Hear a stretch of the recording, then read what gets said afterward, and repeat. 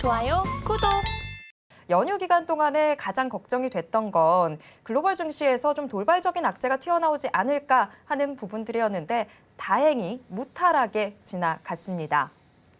자, 그렇다면 이번 주 국내 증시 좀 대응 전략 어떻게 짜봐야 될지 좀 생각을 해봐야 될 것 같은데요. 이 부분에 대해서 차영주 YG 경제연구소장과 함께 이야기 나눠보도록 하겠습니다. 소장님 어서 오세요. 안녕하십니까? 네. 연휴 기간 동안에 그래도 다행히 글로벌 증시가 좀 무사히 지나가는 모습들을 보여줬습니다. 덕분에 오늘 우리 증시도 상승세 보여주고 있는데요. 최근 미증시 흐름과 함께 오늘 국내 증시 좀 점검 좀 해주시죠. 정말 조금 얄미운 모습이었다라고 저는 좀 표현을 드리고 싶어요. 우리가 쉬니까 그래 니네 쉬지 우리 올라갈게 이런 모습들 보인 것 같아요. 단 하루도 안 빼놓고 올라가는 모습들, 물론 이게 나쁜 것은 아니지만 일단 그런 모습들을 보였죠. 자, 상황들이 몇 가지 좀 바뀌었다라고 좀 말씀드릴 수가 있겠습니다. 일단 뉴욕 증시가 올라갔다라는 팩트 자체도 중요하지만 뉴욕 증시가 올라간 근저를 보게 된다라면 일단 전반적으로 봤을 때 유럽 쪽이 조금 안정을 나타내기 시작했어요. 유로화의 가치가 상대적으로 좀 올라가기 시작했죠. 연휴 이전에 유럽이 75bp, 그러니까 유로화가 75bp 금리 인상을 단행함으로써 이제 1%는 넘는 금리를 주기 시작했죠. 제로금리 한지 올 초만 해도 제로금리였는데 이제 1%대로 금리가 올라오면서 유로화의 가치가 상승세를 나타내면서 조금 안정세를 나타냈습니다. 그러다 보니까 달러가 약세를 나타내기 시작했다라는 거죠. 더군다나 우리가 우려했던 유럽의 천연가스 재고가 올겨울을 넘기기에는 무난하다라는 그런 평가가 내려가면서 유가랑 천연가스 가격이 다 하락했죠. 그러다 보니까 유가는 약간 반등하긴 했습니다만 좀 그렇게 우리가 $100 이상으로 간 건 아니니까 어쨌든 전반적으로 안정세를 좀 찾아내고 있죠. 여기에 이제 전쟁에 대한 어떤 또 안정감 이런 것들이 나타나면서 글로벌 상황들, 경제 상황뿐만이 아니라 정치적인 상황 이런 것들까지 안정화돼 있다라는 면에 있어서 나름대로 긍정적이었다라고 말씀드릴 수가 있겠습니다. 일단 유로존이 안정화를 찾고 물론 아직까지 다 한 건 아니지만 극단적인 상황에서 벗어났고 여기에 달러가 약세를 보임에 따라서 오늘 우리 환율이 조금 떨어졌죠. 환율이 떨어지면서 상대적으로 우리 삼성전자가 시장을 지금 굉장히 강해요. 한 4%. 아침에 동시호가 때 한 8시 한 4, 50분쯤 제가 봤을 때 4, 5%대 그 호가가 나와서 야 이거 사실이야? 이렇게 제 동료들하고 얘기를 했었는데 막상 시장은 2% 정도 해서 야, 이 정도만 해도 선방했다, 다행이다라고 했는데 시간이 갈수록 지금 탄력이 더 붙죠. 여러분들 이런 느낌이 어떠세요? 이렇게 시간이 갈수록 탄력이 붙는다라는 것은 시장이 강하다라는 거고 이게 지금 오늘로 끝나겠다는 얘기가 아니죠. 오늘로 끝나겠다라고 하면 벌써 윗골이 다는 종목들이 나오잖아요. 하락하는 종목도 나오고 그런 모습을 보일 텐데 이렇게 시간이 갈수록 불이 붙기 시작한다? 여러분들 그러니까 소위 이렇게 표현을 드릴게요. 여러분들이 이번 연휴 때 놀러 가신 분들도 많으시겠는데 우리 놀러 가면 이제 장작 같은 데 이제 불을 때우잖아요. 장작의 화력이 강할 때는 물을 부어도 안 꺼져요. 오히려 장작이 그 물을 날려버리고 살아나잖아요. 근데 장작이 사그라들 때 물을 뿌리면 장작 불이 확 죽죠. 삼성전자는 마치 초반에 지금 장작에 강하게 불이 붙은 겁니다. 여기에 물을 뿌려봤자 물이라는 것은 야, 이 정도면 너무 세게 오르는 거 아니야? 우리의 심리적인 어떤 부담감이죠. 이런 것들 지금 다 감안하고도 이렇게 불이 붙었다라고 본다라면 삼성전자 어떠한 이유로 불이 붙었는지는 지금 중요한 게 아닙니다. 지금 중요한 이슈로 불이 붙은 게 아니라 삼성전자만 올라간다라면 삼성전자만 이슈가 있었겠죠. 하이닉스, LG전자, 삼성전기 다 같이 올라가기 때문에 이건 시장에 불이 붙은 거예요. 그런 측면에서 보게 된다라면 강세는 당분간 이어질 가능성이 높지 않겠는가 우리가 기대를 해봐야 될 것 같습니다. 네, 연휴 사이에 그래도 우리 증시를 그동안 우리 증시뿐만이 아니라 글로벌 증시를 다 같이 눌러왔었던 부분들이 좀 완화되는 모습을 보이면서 지금 연휴 이후에 문을 연 우리 증시 상승 탄력을 받고 있는 모습입니다. 그런데 지금 삼성전자 이야기를 해주셨으니까 좀 여쭤보도록 하겠습니다. 자, 지금 삼성전자 장작에도 좀 비유를 하셨는데 삼성전자가 연휴 직전에 52주 신저가까지 기록을 하기도 했습니다. 지금 현재는 오름세를 보여주고는 있는데 시장이 상승하기 때문에 좀 그 오름세 가져간다고 하셨습니다. 예. 그런데 계속돼서 좀 장작이 더 있어야 불이 계속해서 불타오를 텐데 뚜렷한 반등 모멘텀까지는 없어 보이거든요. 앞으로의 삼성전자의 이 현재 주가와 반등 모멘텀 어떻게 보십니까? 예, 적절한 비유다라고 말씀드릴 수가 있겠습니다. 우리가 이제 이렇게 불이 계속 붙기 위해서는 추가적인 모멘텀이 있어야 되겠죠. 장작이 추가적으로 있든지 산소가 공급이 되든지 아니면 뭐 기름을 우리가 붓든지 뭐 여러 가지 요소들이 있겠죠. 그게 이제 외국인과 기관들의 수급 첫 번째. 그게 지금 이제 붙은 거죠. 지금은 수급이 붙은 거고요. 중요한 것은 여기에 추가적으로 하기 위해서 이제 재료가 있어야 되겠죠. 그 재료가 무엇이냐라고 봤을 때는 아직까지 확실한 것은 없어요. 지금 이제 우리가 재료 제가 이제 삼성전자를 이제 비유할 때 이제 좀 표현 좀 쓰는 게 뭐냐면 가장 중요한 건 수급이에요. 삼성전자 외국인과 기관 사지 않는 이상 개인이 아무리 열심히 사줘봤자 올라가지 못해요. 개인이 역할했던 건 2020년으로 끝났습니다. 2020년에 8만 원에서 9만 원까지는 외국인 기관이 팔면서 순수하게 개인들이 1만 원을 땡겨놓은 거거든요. 이 시절이 돌아오려면 그때 거래량, 그때의 고객위탁금이 들어와야 되는데 지금 그거 굉장히 요원해졌어요. 그래서 개인이 삼성전자를 이끌 수 없고 외국인과 기관이 이끌어야 되는데 그 부분이 지금 첫 번째고요. 그러면 다른 게 무엇이냐? 현실로서는 지금 안 보여져. 지금 이제 9월 달에 치포 동맹 예비 회의를 미국에서 할 텐데 지금 거기에 이제 참석하고 난 다음에 지금 어떤 얘기들이 흘러나올지 봐야 되겠죠. 그리고 삼성전자가 지금 글로벌 재고가 90일을 넘어서 버려서 일단 공장 가동률까지도 좀 걱정이 되는 입장, 이런 부분들까지 이제 되고 있는 거죠. 그럼 미래 먹거리는 뭐냐? 이재용 부회장, 이제 올가을에 이재용 회장으로 이제 취임을 하신다라고 알려지고 있는데 새로운 먹거리를 계속 찾아다니시는 것 같아요. 그리고 이제 유럽을 가면서 지금 유럽의 그 ARM이라는 그 팹리스 설계회사 인수에 대한 얘기 한 50조 원이면 인수하니까 삼성전자가 이거 뭐 지금 한 100조 정도 돈이 있으니까 인수하는 건 문제가 아닌데 뭐 독과점 문제라든지 여러 가지 문제점들이 있어요. 근데 이런 것들을 하나하나 점수를 쌓아나가야 되는데 아직까지 드라마틱한 반전을 나타내기 위한 점수는 없는 것 같아요. 그래서 지금 이게 연속성이 있느냐 여부는 시장 판단에 맡겨야 될 것 같아요. 이게 이제부터 삼성전자가 저평가됐고 삼성전자가 이제 시장에서 곽광을 받기 시작해서 이제부터 삼성전자가 바닥 짚고 올라간다? 이런 관점이 아니라 지금은 시장이 올라가는 상황에서 삼성전자가 역할을 하고 있고 이 시장이 언제까지 올라갈지는 우리는 오리무중이지만 지금 단기간에 오늘 오르고 내일 빠지고는 아닐 것 같다. 일단 이 시장은 움직이기 시작했고 이게 언제까지 움직일지는 시장에 맡기자. 삼성전자의 재료가 아니라 시장에 맡기자. 이렇게 구분하실 필요가 있다는 거죠. 삼성전자 재료 때문에 올라간다. 그동안 저평가됐던 게 이제 반영돼서 올라간다. 이런 시각은 아직까지는 조금 거리두기가 필요하다 말씀드릴 수가 있겠습니다.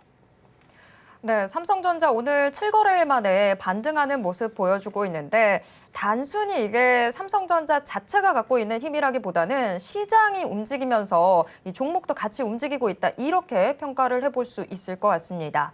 그런데 오르는 게 있으면 또 내리는 게 있기 마련이죠. 최근 연일 계속해서 시장에 관심을 한몸에 받았던 게 태조 이방원이었는데 오늘은 현재 태양광, 조선, 방산 섹터의 움직임이 다소 좀 둔한 감이 있습니다. 자, 오늘 태양광, 조선, 이 방산 섹터들의 이 급락의 원인, 오전장에서 이 급락했던 원인 어디서 좀 찾아볼 수 있을까요? 몇 가지 이제 순서를 우리가 좀 보셔야 되는데 먼저 꺾인 것은 지난주에 현대미포조선이었어요. 현대미포조선이 그러니까 원래 지난주에 우리가 추석 연휴 전에 밀렸던 게 뭐죠? 한국항공우주가 먼저 꺾였죠. 한국항공우주가 음봉을 세게 두 차례 나타내면서 한국항공우주가 신고점에서 음봉 2개로 무너져 내렸죠. 왜 무너졌을까요? 한국항공우주가 이제 나왔던 게 새로운 신임 사장께서 지금 한국항공우주의 하나의 어떤 축이라고 보여지고 있는 새로운 우리가 전투기를 개발하지 않았습니까? 그분을 해고를 했잖아요.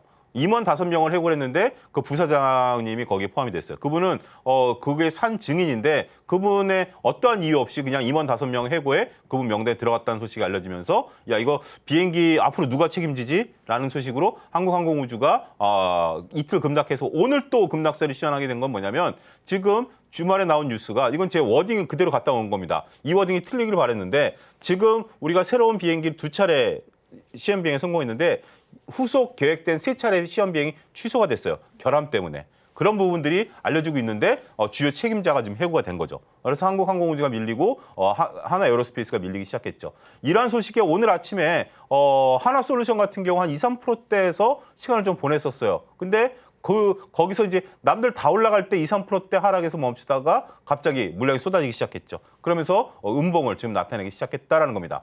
현대미포조선 같은 경우도 추석 전부터 이미 시장에 있어서의 음봉들이 나타나기 시작했죠. 큰 음봉은 아니었습니다만. 근데 이렇게 태조 이방원이라고 이끌어왔었던 것들이 재료가 없는 건 아니지만 주가가 너무 쏠림 현상들이 나타나면서 이런 것들이 올라갔죠. 태저병원이 올라올 때는 다른 종목들, 대형주들이 드라마틱하게 올라간 종목들은 별로 없었어요. 수출 관련해서 현대차 정도만 올라왔었지. 근데 오늘은 그동안 올라왔었던 종목들이 빠지고 앞서 얘기한 삼성전자가 올라가는 거죠. 자, 여러분들 중에 좀 발 빠르신 분들은 자, 내가 지금 태저이방원에서 20, 30% 수익이 났는데 이게 지금 음봉이 나와?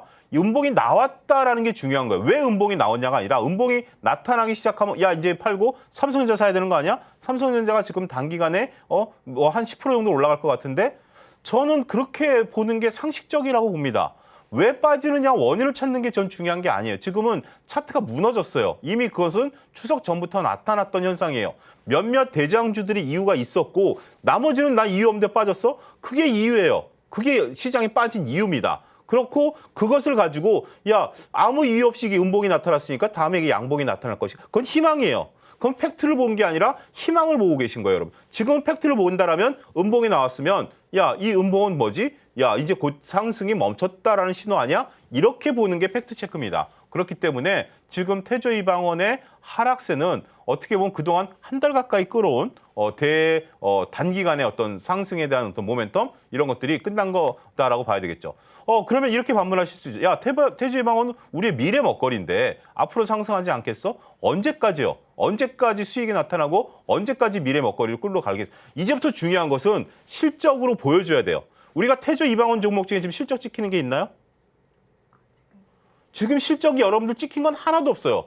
하나도 없다라는 게 어폐가 있습니다만 조선주 아직 적자죠. 그다음에 태양광 지금 이제 IRA에 대한 기대감이지 지금 이제 매출과 영업이익이 그만큼 늘었나요? 태양광, 조선, 2차전지. 2차전지는 조금 찍히고는 있지만 최근에 주가가 40~50% 다 올랐죠. 그다음에 방산에 대해서 지금 현재 두산에너빌리티가 오히려 대주주들이 팔았는데 그 외에 종목들이 실적이 찍히는 게 있나요? 지금 뭐 다 그런 식이에요. 그렇기 때문에 방산 원자력도 마찬가지고요. 이런 부분들이기 때문에 지금 현재 폴란드 수출하잖아요. 근데 얼마큼 이익 날지 아직 구체적으로 결정 안 났잖아요. 그런 부분들이 일단은 우리가 체크해야 될 향후 요소들이 아니겠는가 말씀드릴 수가 있겠습니다.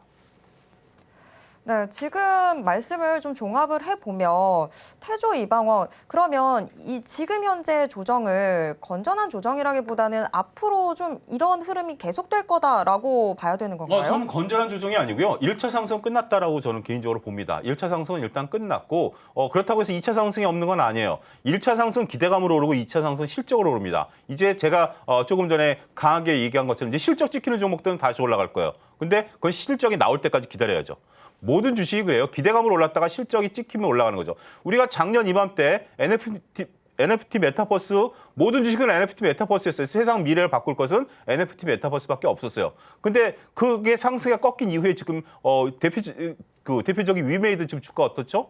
실적이 안 찍히니까 못 올라가는 거예요. 그때는 세상을 위메이드가 다 바꿀 걸로 보고 위메이드의 NFT 토큰이 모든 것을 다 바꿀 걸로 봤지만 실적이 안 나오니까 주가가 꺾인 거예요. 태저이방원이 야 미래 먹거리인데 실적 아직 안 나왔어요. 그렇기 때문에 저는 일단은 1차 상승 끝났다. 저는 그렇게 보고 있습니다. 네, 태저이방원 이 강세가 좀 오래 갈 줄 알았는데 지금 현재 좀 조정세를 보여주고 있습니다. 어떤 종목들이 정말 유의미한 실적을 내놓는지 이 부분 중점적으로 살펴봐야 된다라고 지금 이야기가 나왔는데요. 자, 그러면 소장님. 태양광, 조선, 방산 섹터 개별적으로 해서 본다면 투자 전략은 어떻게 세워야 됩니까? 저는 일단은 지금은 뭐 이익은 실현하시는 게 좋다라고 봅니다. 이익을 좀 충분히 향유하시고 새로 들어가시는 분들은 지금 들어가시면 위험하죠. 지금 이익을 실현하는 단계지 이게 조금 주가 떨어졌다라고 해서 아직은 내 종목이 안 떨어졌다 그래서 그러니까 버티는 건 상관이 없습니다만 이것은 강하니까 들어간다. 글쎄요, 저는 주식 30년 하면서 이렇게 대장주들이 꺾인 상태에서 뭐 상황대로 보게 된다라면 항상 이거는 되풀이되는 신호예요. 작년에 우리가 위메이드가 꺾였을 때 다른 종목들이 다 안 꺾이고 순차적인 시간을 두고 꺾였잖아요. 제가 예를 들면 작년에 위메이드 떨을 때마다 사시는 분들 지금 어떻게 되셨죠? 똑같습니다. 태저방원이랑 다를 것 같아요? 똑같습니다. 그래서 지금 이것을 조정이다라고 생각하시면 안 된다라는 점을 조정이라면 뭐죠? 매수기회를 보는 거죠. 지금 매수기회를 보실 때는 아니다. 저는 냉정하게 말씀드리고 싶습니다. 네, 근거 없는 이 낙관론을 우리의 머릿속에서 좀 배제해야 되는 때가 온 것 같습니다. 그런가 하면 바이오 섹터 역시 오늘 일부 종목들이 강한 상승세를 보여주고 있습니다. 바이든 대통령이 미국 내 이 바이오 연구와 또 제조를 지원하는 이 행정명령에 서명을 하면서 기대감과 우려감이 지금 엇갈리고 있는 상황인데요. 진원생명과학 같은 경우에는 수혜가 예상이 되면서 오늘 강세 보였습니다. 이번 미국발 바이오 이슈 좀 자세한 내용과 국내 관련주들에 미칠 영향 좀 설명해 주시죠. 예, 뭐 일단 바이든 대통령이 지금 현재 미국 내에서 여러 가지 그 산업에 대한 그 서명을 하면서 자국 내 보호라든지 이런 것들을 지금 하고 있는 상황이에요. 그래서 결국 모든 것을 미국 내에서 해라라는 거 아니에요? 그럼 이제 세금으로 이런 걸 지원해주겠다라는 어떤 그러한 일환이다라고 좀 말씀을 좀 드릴 수가 있겠죠. 근데 여기서 저는 수혜주를 찾는다라는 것이 좀 어폐가 있어요. 제약바이오가 돈으로 되고 그 지원으로 된다라면. 제약바이오가 이렇게 어렵지 않겠죠. 지금 우리나라 같은 경우 오늘 한미약품이 FDA 신약에 대한 어떤 재팟을 터뜨렸어요. 재팟이라기보다는 신약 허가를 받은 거예요. 근데 주가가 올라갔다가 왜 장대 음봉으로 나타내냐면 이 시장에 이미 다른 글로벌 제약사들이 꽉 잡고 있어요. 이미 복제약이 나와서 꽉 잡고 있는 상태에서 이게 암 환자들의 백혈병 감소에 대한 치료제거든요. 그런 부분들인데 이미 약이 나와 있는 상태예요. 거기서 우리가 이걸 비집고 들어가서 과연 얼마큼 매출을 나타낼 것인가에 대한 의구심을 나타내는 리포트들이 오늘 나오다 보니까 많은 냉정한 투자자들이 이제 좀 지켜보자. 신약을 개발한 건 맞아. 여기서 매출이 일어날 건 보이는데 얼만큼 어떤 식의 매출이 일어날지는 아직 오리무중이다라고 해서 지켜보는 거예요. 자, 바이든 대통령이 새로운 법안에 서명을 했다 그래서 우리나라 제약사들이 도움은 받겠죠. 그렇지만 그 도움을 통해서 약을 많이 판다라든지 그렇다고 해서 약을 개발하는 데 있어서 플러스가 될까요? 그 부분은 아니다라는 거. 지금 우리나라도 많은 뭐 지원법이라든지 관련법, 그다음에 뭐 어떤 허가를 단축시켜주는 뭐 이런 부분에 대한 얘기들은 계속해서 하고 있어요. 이게 왜냐하면 미래 먹거리니까. 그렇지만 이러한 법을 통해서 우리가 제약바이오가 수혜를 봐서 이건 2차 전지랑 다릅니다. 2차 전지는 니네가 여기서 만들어. 그럼 우리가 세금과 보조금 줄 테니까 그걸 팔아. 이건 되지만 우리가 지원을 해줄 테니까 니네가 약을 개발해. 약을 개발하는 게 중요한 거예요. 그렇기 때문에 여기에 너무 수혜주 찾기에 골몰하는 것은 저는 조금 어폐가 있다 말씀드리고 싶습니다. 네, 그러면 바이오주 지금 뭐 우리가 원체 또 알고 있잖아요. 바이오주의 기대감도 있지만 우리가 위험성도 늘 항상 대비를 해야 된다라는 부분들 그런 부분들 다 말씀을 해주셨는데 그러면 일반 투자자 입장에서 바이오주들을 옥석 가리기를 하는 특별한 뭐 방법 같은 게 있을까요? 저는 굉장히 어렵다라고 봅니다. 오늘 여러분들 한미약품과 관련해서 제가 증권사 리포트를 한 3개를 봤는데 용어를 그 포털 사이트에서 용어 검색을 해도 안 나와요. 그래서 제가 심지어 의사 친구한테 사진을 찍어서 물어보니까 그 용어가 뭔지를 제가 알았어요. 그런 상태에서 그러니까 지금 그 리포트에 나온 뭐뭐뭐 관련 뭐뭐뭐 치료제라고 딱 나왔는데 그거 이해하는데 1시간 반이 걸렸어요. 한 줄 이해하는데 그거를 이해하고 들여다봐도 이게 어떤 메커니즘으로 움직이는지 우리가 잘 모르는 상태에서 여러분들이 단순하게 신문 기사를 그래 좋아요. 100% 이해했다라고 쳐도 신문 기사를 100% 못 믿는데 100% 이해하지 못하는 상태에서 약을 개발했다라는 어떤 소식 하나로 투자하면 오늘 한미약품 초반에 투자하신 분들은 어떻게 됐죠? 그래서 결국 근데 많은 분들이 여기에 유혹을 당하는 게 뭐냐면 주가 변동성이 크기 때문이에요. 주가 변동성이 크기 때문에 내가 여기에 잘 편승하게 되면 큰 수익을 남길 것이야. 그리고 신약이라는 것은 재팟을 터뜨릴 가능성이 있기 때문에 내가 큰 수익을 남길 것이야. 근데 그렇게 들어간다라는 것은 내가 눈 감고 산길을 걸어가는 것과 똑같다라고 저는 표현드리고 싶어요. 무슨 표현이죠? 산길 같은 경우 눈 감고 걸으면 어떻게 되죠? 나뭇가지에 치이고 돌풀이에 치여서 넘어질 가능성이 높죠. 잘 걸어갈 수도 있어요.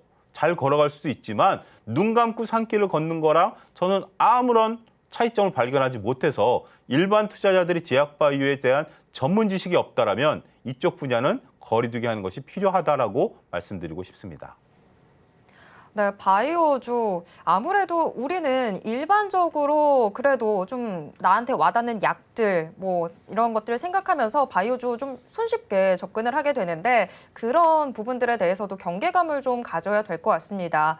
그런데 소장님 일단 이야기가 나온 김에 바이오주 조금만 더 여쭤보도록 하겠습니다. 연휴 이후에 계속해서 또 많은 분들이 관심을 가졌던 게 바이오주 지금 대표적으로 이 상장을 앞두고 있는 곳들이 또 있는데요. RP바이오, 샤페론, 뭐 플라즈맵 이런 기업들이 속속 이 상장을 앞두고 있습니다. 이런 바이오주들이 바이오주 전반에 뭔가 활력을 더해준다거나 하는 그런 부분들은 없을까요? 그렇게 생각하시면 안 되죠. 이게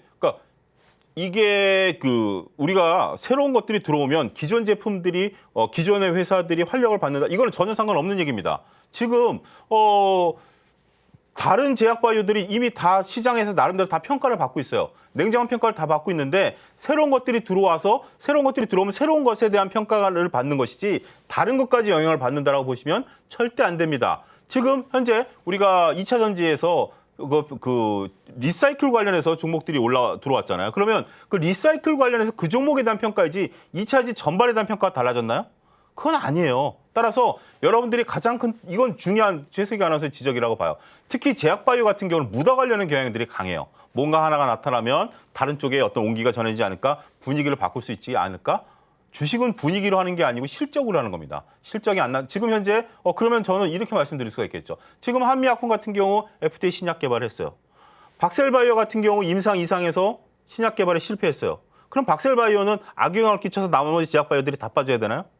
아니잖아요. 의료기기 같은 경우는 더 올랐잖아요, 그 뒤에. 그렇기 때문에 좋은 것은 물론 좋은 것들이 좋고 나쁜 것은 우리가 묻어두는 게 맞습니다만 시장 평가는 개별 단위로 해야지 어떤 분위기로 들어가서 본다라는. 근데 많은 분들이 그렇게 보세요. 보셔서 최석기 아나운서 적절히 잘 지적해 주셨다라고 보고요. 새로운 것들이 들어오는데 이런 것들은 기술 특례로 들어오는 것들이 많기 때문에 특히 최근에 기술 특례로 들어온 것들에 대한 후유증들이 또 안 좋은 것들이 많지 않습니까? 그래서 냉정한 시각은 지속적으로 유지할 필요가 있다. 그렇게 말씀드리고 싶습니다. 좋아요, 구독.